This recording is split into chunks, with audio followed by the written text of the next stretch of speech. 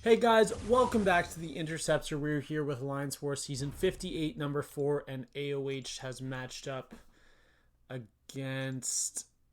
Dang it, I forgot to check.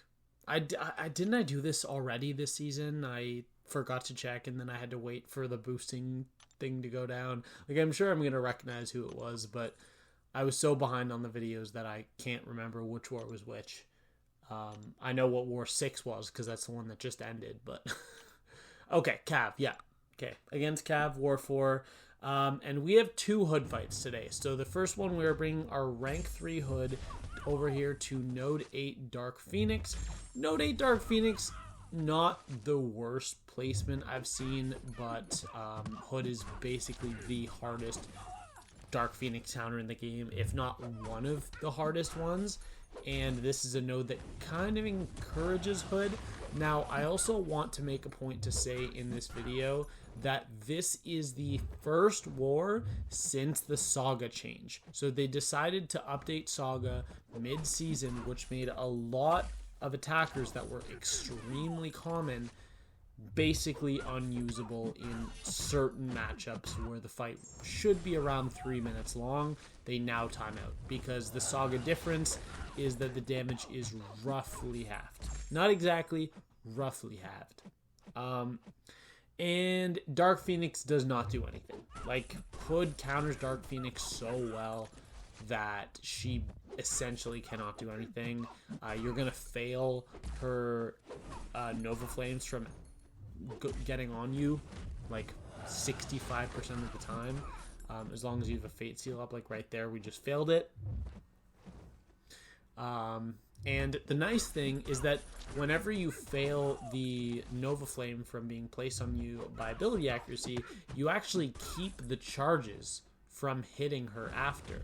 So right here, we're at 26. We're going to start at 26. So a full combo gets us all the way to a 99% reduction. And then there you'll see we actually failed it again because those charges that are up to 99 did actually not get consumed by reducing the duration of the Nova Flame. Whereas, oh, right there, it got failed again. So that's 3 back-to-back fails on the Nova Flame from ability accuracy and not from just it having no duration.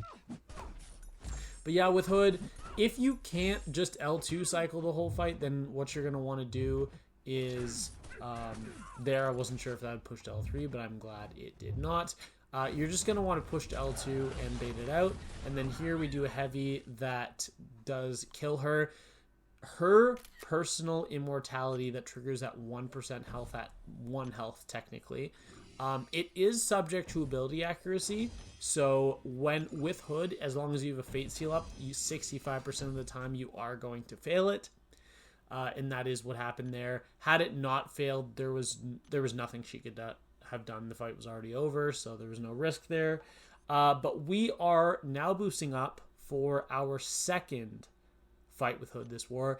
And this is my rank 4 Hood, and I'm going to be taking on Node 1 Jessica Jones. This is a fight that was very commonly done before the Saga changed, and it was approximately a 3-minute fight. Roughly a 3-minute fight. And you'll notice I have this fight sped up, and the reason I have this fight sped up is because it does not exactly go well. The only time that we get a fail on the Unstoppable is the first time. We are going to lose our Fate Seal. We're going to lose control of the fight right here because JJ is just refusing to throw an L2. Had she thrown the L2 immediately, I would have had enough time to get my Fate Seal back by just countering a single hit of the L2 and then dashing out. But because that did not happen, now every single special attack for the rest of the fight, we are basically going to make JJ go unblockable, and there's essentially nothing we can do about it. And the reason there's nothing we can do about it is because, yes, while the L2 itself does inflict the Fate Seal, even if even if she does go unstoppable and unblockable, because she's unstoppable and unblockable, unless we have a fresh miss, we are not going to be able to hit her to restart the duration of the Fate Seal. And yeah, while we will have a fresh miss most of the time, It's not going to be every single time because JJ loves to hit you right as your L2 animation is ending and consume one of your 2 guaranteed misses. So at this point, halfway in, I've dealt 40% health. And I'm like, I probably won't time out, but I'm really not sure. I don't know if I have an invuln boost on right now. I'm not exactly sure. But unfortunately, here we're going to get pushed to L3, which is not what you want to do. You are going to be able to deal with the not unstoppables, the prowess in this fight, which is how you do get your charges.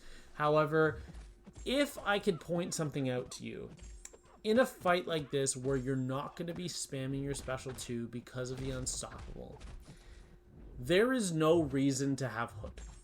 There are buffs in this fight to nullify, and you are going to be missing hits to give you back bullets. I think I misspoke there. I think I said no reason to have Hood. What I meant is no reason to have Mojo with Hood.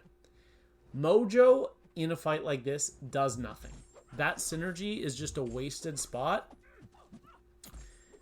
And as you're going to see later on, one of several other synergies would have made the difference for me to not time out to this fight. Because I am going to time out. I am unfortunately going to time out to this fight with, I think, like 12 or 13% left. And there are 2 synergies, or 2 other team members, that if I had them, I would not have timed out. It could have been Wags for the passive stun, and, well, not the passive stun, because Hood is not metal and he's not a hero. But for the extra damage, or Strife. Had I brought the Strife synergy, which gives Hood plus 50% attack while he is invisible, that would have been enough. Yeah, here I'm going to time out 13%. Adding 50% damage while you're invisible, even if I'm not going to be cycling L2s, is a big enough damage boost that I would not have timed out to that fight. I would have soloed. Unfortunately, I was not the one that assigned this war, and it is also completely on me for not realizing it, but this just should have been a solo. And had I thought about it some more and brought the correct synergy champion, I would have soloed it. Because, yeah, Hood can absolutely still do this. I mean, there are better options. We have been using Omega Sentinel in all 3 BGs for this placement ever since the Saga switched, because Omega Sentinel is now Saga. However, we did not know that yet. We had never seen anyone do it because obviously this is the first war the Saga changed. It was literally like the day the Saga changed was the day of this war. So I didn't know, which sucks. Like, it's unfortunate. And yeah, at least we didn't die. We didn't die, so there's that. That was really strange. Because she was unstoppable, she actually reacted to the first hit of my medium in time to parry the second, despite hitting the first, despite getting hit by the first one in the face, which was really odd. But it didn't really cost us much health. I'm not going to talk about the rest of this fight. I'm just going to let it play out while I talk about the stats. Unfortunately, we did lose this war. So it does hurt to lose this war because we'd started out the season 2-1, and we would like to continue that. But at least we don't have a negative record on the season. So we are now 2-2 on the season. I have 0 deaths total still on both accounts. Also, right there was something I wanted to point out. When I had already missed 3 hits, you still have a 60% chance to activate miss, and it failed like 4 times in a row. I remember in the fight when that happened and just being so confused. That was just genuinely terrible RNG. There was nothing else going on. There was nothing lowering my chance to miss in that moment.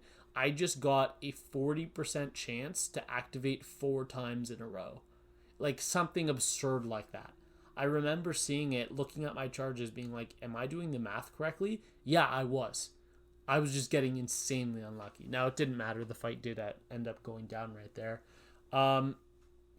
But we, like I said, 2-2 on the season, still 0 deaths on both the account. But in place of PSR this season, we're tracking attack bonus, and we did lose 1 attack bonus. So we're now at 79 out of 80 overall, or 99%. And my main attack bonus is still at 40 out of 40, but my alt is at 39 out of 40, or 98%. We have a current deathless streak of 9 fights. I have a 67 fight streak on my main and a 5 fight streak on my alt. So that is going to be all for today. I hope you all enjoyed, and I'll see you in the next one. Have a great day. Bye.